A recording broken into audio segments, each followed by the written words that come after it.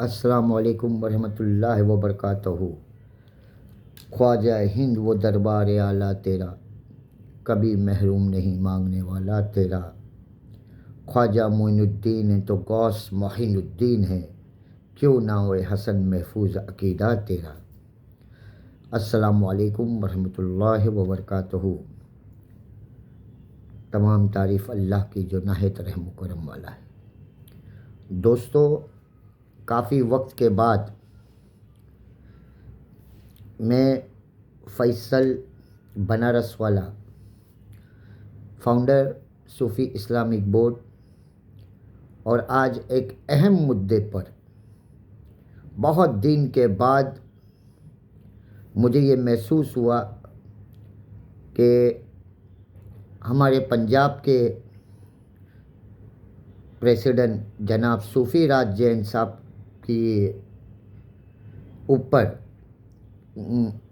एक पत्रकारिता करने वाला, एक छोटा मोटा पत्रकारिता करने वाला जो ग्लोबल न्यूज़ पेपर चलाता है या जो भी उसकी अपनी रोज़ी रोटी पेट से जुड़ा हुआ है, उसने कुछ ऐसी टिप्पणी की सूफ़ी राज जैन साहब पर कि मुझे मजबूरन आज ये बताना बेहद ज़रूरी इसलिए है कि काफ़ी वक्त तक हम सब साथ में मिलकर सर्वधर्म ख्वाजा मंदिर होशियारपुर में कशिश वारसी साहब, जो ग्लोबल न्यूज़ के संपादक भी है और बड़ी ज़िम्मेदार शख्सियत है माशाल्लाह, अल्लाह उनकी उम्र दराज करे, लेकिन उनका एक बहुत बड़ा एक प्रॉब्लम है।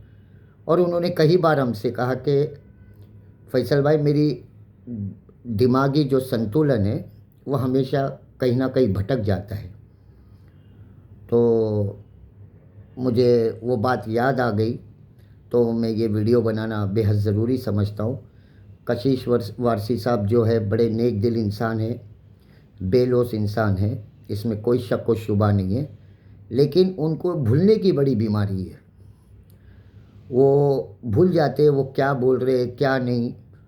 तो मेरा एक मशवरा है, जो सूफ़ी राज जैन साहब पर इन्होंने जो अपने अखबार के एक कट के ऊपर जो भी हेडलाइन बनाई XYZ, तो एक मशवरा है कि आप बेशक आप बहुत अच्छे मुशायरेबाज हो, आप बहुत अच्छे कलाम लिखते भी हो, और फिर भूलने की भी आपको बीमारी इसके अंदर एक मुब्तला हो चुकी है। तो आप जिन पे कीचड़ उछाल रहे हो उनके साथ तो कई वक्त तक हम सब मिलकर कंधे से कंधा मिलाकर काम किए है, और सूफीज़म के जो सब्जेक्ट है उसको बड़ी ईमानदारी से हम सब मिलकर काफ़ी आगे लेके गए। और जब पहली फाउंडेशन सर्वधर्म ख्वाजा मंदिर की माँ सुकैना सलामुन अलैह के बारगाह में आपने अपनी हाज़िरी दी, और उस हाज़िरी में आपको हम सब के दिल अजीज़ दोस्त और सर्वधर्म ख्वाजा मंदिर के सदर मोहतरम जनाब सूफ़ी राज जैन साहब ने आपको सूफ़ी का लक़ब दिया। ये सच्चाई है, इसमें कोई दो राय नहीं है। और एक सूफ़ी होकर आप एक ऐसे शख्स के ऊपर किसी धार्मिक भावनाओं को ठेस पहुंचाने के जो लफ्ज़ इस्तेमाल किए, पाकिस्तान और ये वो जो भी आप अपने अखबार की TRP के लिए शायद आपने ये किया होगा, लेकिन आपको ये समझना चाहिए कि जिस थाली में खाते उसे छेद नहीं किया जाता है। आपको हमने सूफ़ी इस्लामिक बोर्ड जनाब मंसूर खान साहब ने बड़ी इज़्ज़त से आपको नवाजा गया, आपको देश का एक ज़िम्मेदार ओहदा दिया गया, और बड़ी कामयाबी के साथ आप उस ओहदे को बड़े संभाले, हिफाजत से रखे, और अचानक आपने माविया माविया माविया करके एक सब्जेक्ट के ऊपर पूरी ताकत के साथ आपने काम किया। बैरखैफ हर इंसान की अपनी अपनी मजबूरी होती, पेट से जुड़ा हुआ इंसान है। मौलवियत काफ़ी हद तक आगे बढ़ चुकी है। जब से हमने मुनाफिक माविया का मामला चलाया है, तो जो छुपे हुए चेहरे जो हमारे संगठन में थे वो सब धीरे धीरे खुल के सामने आ रहे हैं। कि टेररिज्म ऑफ माविया जो हम लोगों का लक़ब दिया हुआ है इस देश को, he is a founder of terrorism, और आपने उसे एक साहबी सरकेबल है, इसमें नो शक नो डाउट कि वो साहबी नहीं है, बेशक वो साहबी है, लेकिन मुनाफिक साहबी है। क्योंकि नबी करीम सल्लल्लाहु अलैहि वसल्लम ने फरमाए कि ओरिजिनल अगर मुनाफिक को अगर तलाश करना है, एकदम ओरिजिनल, तो अपनी कौम में तलाश करो, दूसरों को छोड़ दो। सिख, ईसाई, पारसी, क्रिश्चियनिज़्म, तमाम धर्मों को छोड़ दो, लेकिन ओरिजिनल अगर मुनाफिक अगर ढूंढना है तो आप अपने ही कौम में ढूंढ लीजिए, आपको सैकड़ों मुनाफिक मिलेंगे। तो इसलिए हम उनको, माविया को हम लोग मुनाफिक माविया मानते, द फादर ऑफ टेररिज्म मानते। कल तक आप भी मानते थे, अचानक आपने ये भूलने की बीमारी जो आप, तो मैं ये चाहता हूँ कि आप बेहतरीन से बेहतरीन, अगर कोई डॉक्टर आपके नज़र में हो, अगर फाइनेंशियली कोई प्रॉब्लम है, पूरी तरह से मैं व्यक्तिगत कह रहा हूँ, मुझे कोई सूफ़ी इस्लामिक बोर्ड से कोई चीज़ का ताउन हमें करना भी नहीं है। मैं व्यक्तिगत अपने खर्चे के ऊपर कोई अच्छे साइकेट्रिस्ट को दिखाकर आपकी ये भूलने की बीमारी की जो आदतें है कि गलतियाँ करते हो फिर फ़ौरन इस्लाह करने की कोशिश करते हो कि वो हमारे मुंह से निकल गया, वो मेरा दिमाग कैसा ऐसा घूम जाता है, अक्सर आपने हमसे ये चीज़ के ऊपर अपना बचने का रास्ता तलाश कर लेते हो। लेकिन ये वार्निंग है फैसल बनारस वाला की, आपको वार्निंग समझते ना, वार्निंग है। दोबारा अगर सूफ़ी राज जैन साहब के लिए आपने कोई भी अपशब्द इस्तेमाल किया तो by law, in law, constitution के दायरे में